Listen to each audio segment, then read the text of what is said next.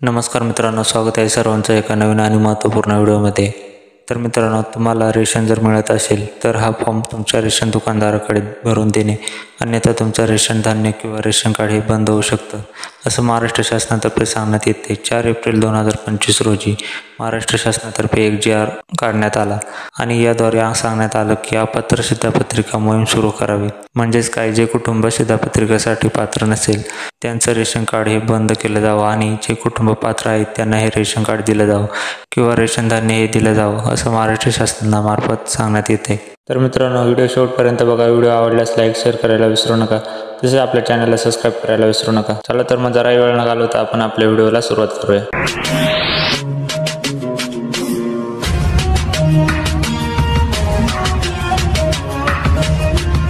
तर मित्रांनो, अपात्र शिधापत्रिका मोहीम राबवण्याबाबत 4 एप्रिल 2025 रोजी जो काही GR काढण्यात आला तो आपण या ठिकाणी बघूया। तर मित्रांनो, बघू शकता, राज्यामध्ये नवीन शिधापत्रिका वितरण करताना घ्यावयाची काळजी व दक्षता याबाबत संदर्भाधीन क्रमांक 4 येथील दिनांक 29/6/2013 च्या शासन निर्णयान्वये सूचना देण्यात आलेल्या आहेत।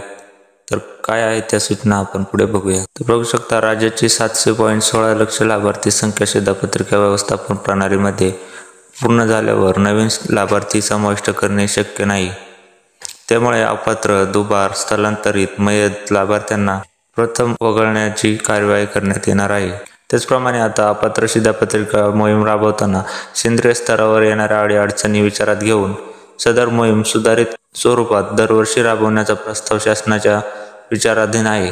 तर केंद्र शासनाकडून यापूर्वी प्राप्त झालेल्या निर्देशानुसार अपात्र शिधापत्रिकांचा शोध घेऊन अशा शिधापत्रिका रद्द करण्याच्या सूचना सर्व क्षेत्रीय कार्यालयांना वेळोवेळी देण्यात आलेल्या आहेत। लक्ष्य निर्धारित सार्वजनिक वितरण व्यवस्था आदेश 2015 तरतुदीनुसार शिधापत्रिका तपासणी ही निरंतर प्रक्रिया आहे। सद्यस्थितीत राज्यात देण्यात आलेला अंत्योदय, प्राधान्य, कुटुंब, लाभार्थी, केशरी व शुभ्र या सर्व प्रकारच्या शिधापत्रिकांची तपासणी करण्यासाठी दरवर्षी 1 एप्रिल ते 31 मे या कालावधीमध्ये शोध मोहीम राबवण्यात येणार आहे। सदर मोहिमेत अंत्योदय अन्न योजना व प्राधान्य कुटुंब लाभार्थ्यांच्या शिधापत्रिकांसाठी उपरोक्त संदर्भाधीन शासन निर्णयान्वये विहित केलेल्या निकषांतर्गत खालीलप्रमाणे कारवाई करण्यात येणार आहे। तर सध्याच्या शिधापत्रिका धारकांकडून काय माहिती घेण्यात येणार आहे ते आपण या ठिकाणी बघूया। तर राज्यातील प्रत्येक शिधापत्रिका धारकाच्या शिधापत्रिकाची प्रचलित शासन निर्णयानुसार तपासणी करण्यात येणार आहे। वरील तपासणी करण्यासाठी त्या विभागातील कार्यालयाच्या कार्यक्षेत्रातील रास्तभाव अधिकृत शिधा वाटप दुकानदार यांच्या मार्फत ठरवून दिलेल्या वेळेत सोबत जोडलेले शिधापत्रिका तपासणी नमुना फॉर्म ऑनलाईन विनामूल्य उपलब्ध करून देण्यात यावेत। त्यानंतर रास्तभाव दुकानदार, अधिकृत शिधा वाटप दुकानदार यांची संबंधित रास्तभाव दुकानास जोडलेल्या शिधापत्रिका धारकांकडून माहिती भरलेले फॉर्म सोबत जोडलेल्या हमीपत्रासह स्वीकृत करून अर्जदारास स्वाक्षरी व दिनांकासह पोच देण्यात यावी। त्यानंतर फॉर्म भरून देताना फॉर्म सोबत शिधापत्रिका धारकांनी त्या भागात राहत असलेला कोणताही एक पुरावा द्यावा। पुरावा म्हणून भाडे पावती, निवासस्थानच्या मालकीदारचा पुरावा, LPG जोडणी क्रमांकाबाबत पावती, बँक पासबुक, विजेचे बिल, टेलिफोन किंवा मोबाईलचे बिल, ड्रायव्हिंग लायसन्स, ओळखपत्र, मतदान ओळखपत्र, आधार कार्ड इत्यादींच्या प्रती देता येणार आहेत। दिलेल्या वास्तवाचा पुरावा हा 1 वर्षाच्या जास्त कालावधीपेक्षा जुना नसावा। त्यानंतर शिधा वाटप दुकानदार यांनी संबंधित शिधापत्रिका धारक अंत्योदय अन्न योजना, प्राधान्य कुटुंब लाभार्थी योजना यांपैकी ज्या योजनेअंतर्गत लाभार्थी असेल त्या अनुषंगाने शासन निर्णय 17/7/2013 आणि 17/12/2013 मध्ये नमूद निकषांनुसार आवश्यक कागदपत्रे सादर करण्याबाबत शिधापत्रिका धारकास कळवावे। त्यानंतर फॉर्ममध्ये परिपूर्ण माहिती भरून घेऊन व आवश्यक जुनी कागदपत्रे जोडून घेऊन सर्व फॉर्म यादीसह संबंधित शासकीय कर्मचारी, रास्तभाव दुकानदार, अधिकृत शिधा वाटप दुकानदार यांनी संबंधित क्षेत्रीय कार्यालयाकडे जमा करावे। वरील कार्यवाही 1 महिन्यात 30 एप्रिल पर्यंत पूर्ण करावी।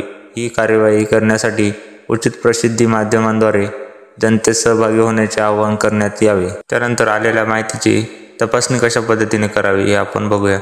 तर वरीलप्रमाणे कार्यालयात जमा झालेल्या माहितीच्या फॉर्मची त्यांच्यासोबत कागदपत्रांची तपासणी सेंद्रिय पुरवठा कार्यालयांनी करावी। त्यानंतर वरील छाननी केल्यानंतर वास्तव्याचा पुरावा व योजनेच्या निकषानुसार आवश्यक कागदपत्रे असलेल्या यादी गट अ म्हणून करावी। तर गट ब मध्ये वास्तव्याच्या पुराव्यासह आवश्यक कागदपत्रे सादर न करण्याची यादी करावी। त्यानंतर आपल्याला जो काही फॉर्म भरायचा आहे तो कशा पद्धतीने भरायचा ते आपण या ठिकाणी बघून घेऊया। तर या ठिकाणी सर्वात प्रथम शिधापत्रिका धारकाचे छायाचित्र या ठिकाणी लावून घ्यायचे। त्यानंतर शिधापत्रिका तपासणी नमुनामध्ये शिधापत्रिका धारकाचे संपूर्ण नाव, आडनाव प्रथम टाकायचं आहे। त्यानंतर इथे बघू शकता तालुका, आपला जो काही तालुका आहे तो या ठिकाणी टाकून घ्यायचा आहे। त्यानंतर जिल्हा टाकून घ्यायचा आहे। त्यानंतर शिधापत्रिका धारकाचे जे काही वय आहे ते या ठिकाणी टाकून घ्यायचे। त्यानंतर नागरिकत्व टाकून घ्यायचे। त्यानंतर शिधापत्रिका धारकाचा व्यवसाय किंवा नोकरी आहे या ठिकाणी टाकून घ्यायचे। त्यानंतर व्यवसायाचा पत्ता टाकून घ्यायचा आहे। त्यानंतर शिधापत्रिकेची वर्गवारी म्हणजेच अंत्योदय प्राधान्य कुटुंब लाभार्थ्याकडे सेंद्रिय किंवा शुभ्र रेशन कार्ड आहे ते या ठिकाणी टाकून घ्यायचं आहे। त्यानंतर शिधापत्रिकेचा जो काही अनुक्रमांक असतो शिधापत्रिकेवर तो या ठिकाणी टाकून घ्यायचा आहे। त्यानंतर पूर्ण निवासी पत्ता, जो काही पत्ता आहे तो या ठिकाणी टाकून घ्यायचा आहे व त्यासोबत पुरावा जोडायचा आहे। त्यानंतर इथे बघू शकता अर्जदार व कुटुंब, त्यानंतर या ठिकाणी बघू शकता अर्जदार व कुटुंबातील घटक व्यक्तींची नावे व इतर माहिती। तर या ठिकाणी बघू शकता सर्वात पहिल्यांदा अर्जदार व्यतिरिक्त कुटुंबातील घटक म्हणून अर्जदाराकडे सामान्यत राहणाऱ्या व्यक्तींची नावे, घरातील नोकर वगळून यांची सर्वांची नावे या ठिकाणी आपल्याला टाकून घ्यायची। त्यानंतर अर्जदारासोबत कुटुंबातील व्यक्तीचे कोणतं नातं आहे ते या ठिकाणी टाकून घ्यायचे। त्यानंतर कुटुंबातील व्यक्ती स्त्री आहे की पुरुष आहे ते या ठिकाणी टाकून घ्यायचे। त्यानंतर कुटुंबातील व्यक्तीचे वय किती आहे ते या ठिकाणी टाकून घ्यायचे। त्यानंतर व्यवसाय व वार्षिक उत्पन्न किती आहे ते या ठिकाणी टाकून घ्यायचे व नागरिकत्व टाकून घ्यायचे। अशा पद्धतीने फॉर्म भरल्यानंतर कुटुंबातील सर्व व्यक्तींचे सर्व मार्गाने मिळणारे उत्पन्न या ठिकाणी टाकून घ्यायचे। त्यानंतर चालू मतदार यादीमध्ये शिधापत्रिका धारकाचे नाव आहे की नाही ते या ठिकाणी टाकून घ्यायच्या। त्यानंतर निवासासंबंधीचा पुरावा म्हणून खालीलप्रमाणे कोणत्याही किमान एक कागदपत्राची पूर्तता करावी। सदर पुरावा 1 वर्षापेक्षा जास्त जुना नसावा। पूर्तता केलेल्या कागदपत्राच्या समोर अशा पद्धतीची खूण करावी।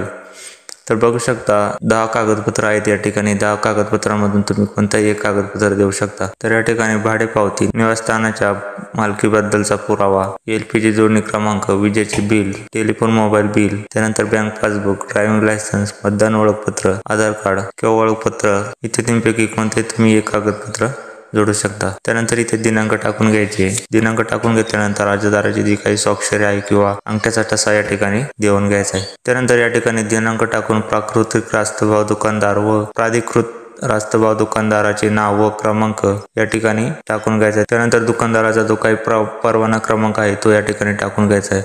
त्यानंतर त्याचा पत्ता टाकून घ्यायचा। त्यानंतर रास्तभाव दुकानदाराची स्वाक्षरी या ठिकाणी टाकून घ्यायची। त्यानंतर कार्यालयीन वापरासाठी शिधापत्रिका धारकाने रहिवासी सोबत खालील पुरावे सादर केलेले आहेत की नाही ते या ठिकाणी तपासून घ्यायचे। त्यानंतर या ठिकाणी तपासणी अधिकाऱ्याची स्वाक्षरी व पदनाम या ठिकाणी टाकून घेण्यात येणार आहे। त्यानंतर हा सर्व फॉर्म भरल्यानंतर आपल्याला एक पोचपावती घ्यायची आहे। तर त्यावर शिधापत्रिका धारकाचे नाव, शिधापत्रिका क्रमांक, पत्ता यांच्याकडून अर्जासोबत खालील पुरावे जोडलेला प्रत प्राप्त झाल्या आहेत अशा पद्धतीची जी काही पोच आहे ती या ठिकाणी तुम्हाला भेटून जाणार आहे। त्यानंतर अर्ज स्वीकृत करणाऱ्या कर्मचाऱ्याची किंवा तलाठ्याची स्वाक्षरी या ठिकाणी देण्यात येणार आहे।